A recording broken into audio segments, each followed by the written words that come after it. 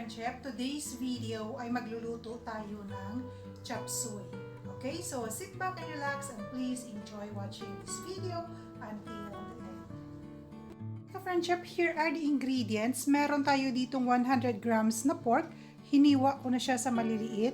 6 pieces na shrimp. 10 pieces na quail eggs. Niluto ko na siya at binalatan. Meron tayo ditong 6 cloves garlic, 1 piece onion, 1 piece tomato, 2 pieces calamansi, 2 tablespoons ng cornstarch. Meron tayo ditong isang pirasong sayote, 2 pieces carrots, baguio beans. Meron tayo ditong young corn. Itong young corn ko ka-friendship, dilata to. Pero pag meron kayong makitang fresh, mas maganda yung fresh kasi wala akong nakitang fresh. So, yung nasa lata yung ginamit ko. Meron tayo ditong chicharo or snowpeas. Meron tayo ditong brocolli. Meron tayo ditong repolyo, cooking oil, and of course, salt and pepper. Okay ka-friendship, let's do the rock and roll. Friendship, sa isang preheated pan, maglalagay tayo ng cooking oil. Ayan. And then after that, isusutay natin yung ating garlic.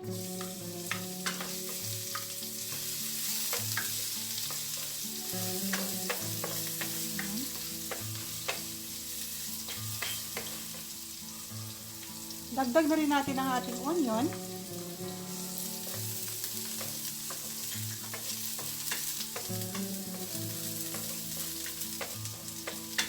At saka yung ating kamatis.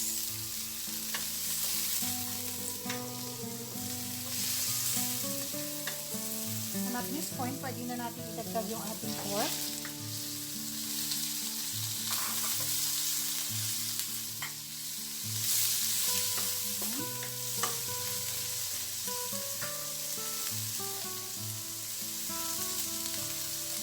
Naglagay tayo ng konting asin, saka pepper.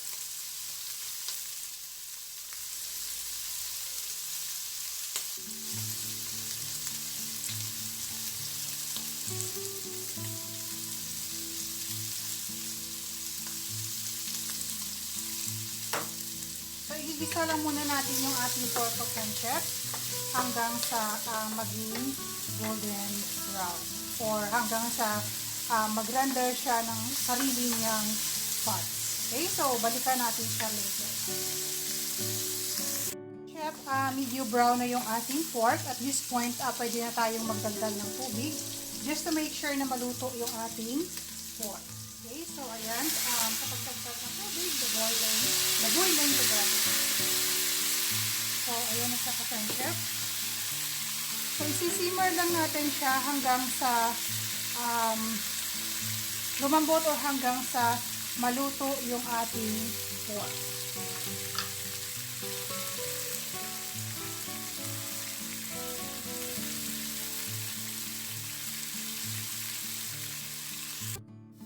So, ayan ka-friendship, luto na yung ating pork.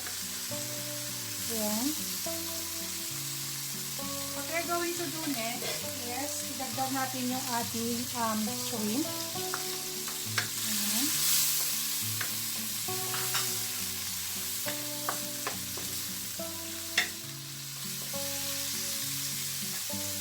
And after that, pwede na rin natin idagdag yung ating baguio beans.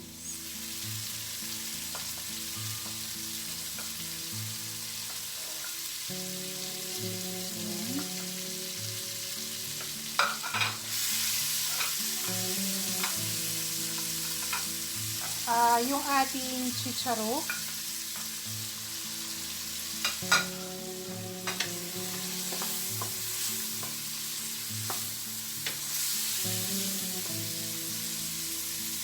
At saka yung ating carrot at saka sayote.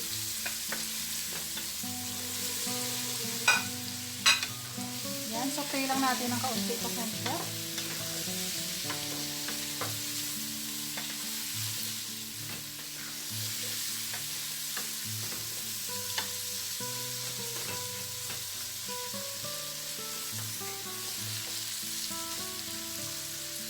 And then after that, dagdag tayo ng boiling water para pampaluto ng ating gulay.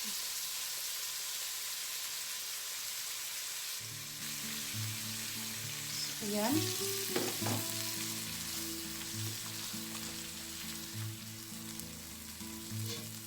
Balikan natin siya later, ka-friendship. So, ayan ka-friendship. Medyo half-cook na yung ating gulay. Huwag natin siyang lutuin masyado, ka-friendship. Kasi mas masarap siya kapag kinain mo ay meron pa siyang crisp. After that, idagdag na rin natin yung ating young corn.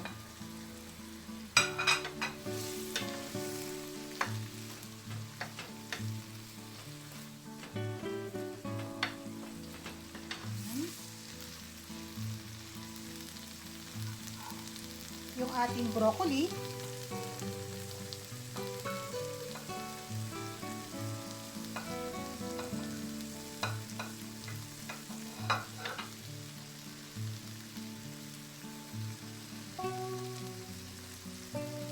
So, ayan, mix very well lang.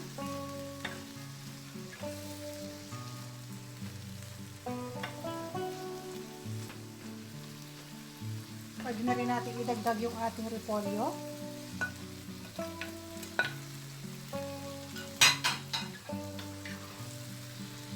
And dagdag ulit tayo ng konting boiling water. Just to make sure na maluto yung iba nating gulay. So, ayan po pa siya.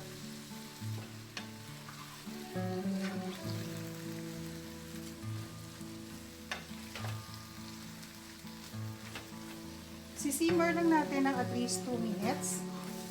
Ayan, balikan natin siya later, ka-friendship. Friendship, half cook na yung ating broccoli at saka yung ating repolyo. What we're going to do next is idagdag natin yung ating cornstarch na tinunaw po siya sa tubig. So, ayan, ka-friendship.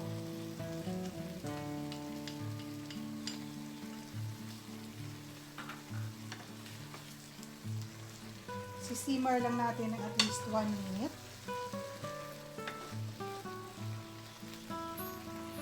Luto na yung ating chop suey. What we're going to do next is mag-squeeze tayo ng 2 calamansi to enhance the flavor of our chop suey.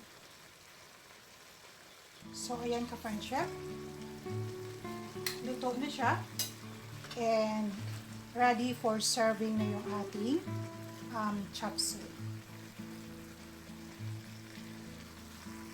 Ating finished product, ang ating chop suey. So, ayan na siya, ka-friendship. Garnish lang natin siya ng quail eggs. So, ayan.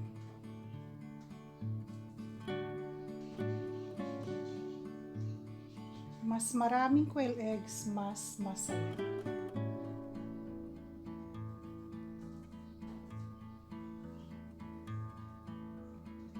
So, ayan na siya, ka-friendship.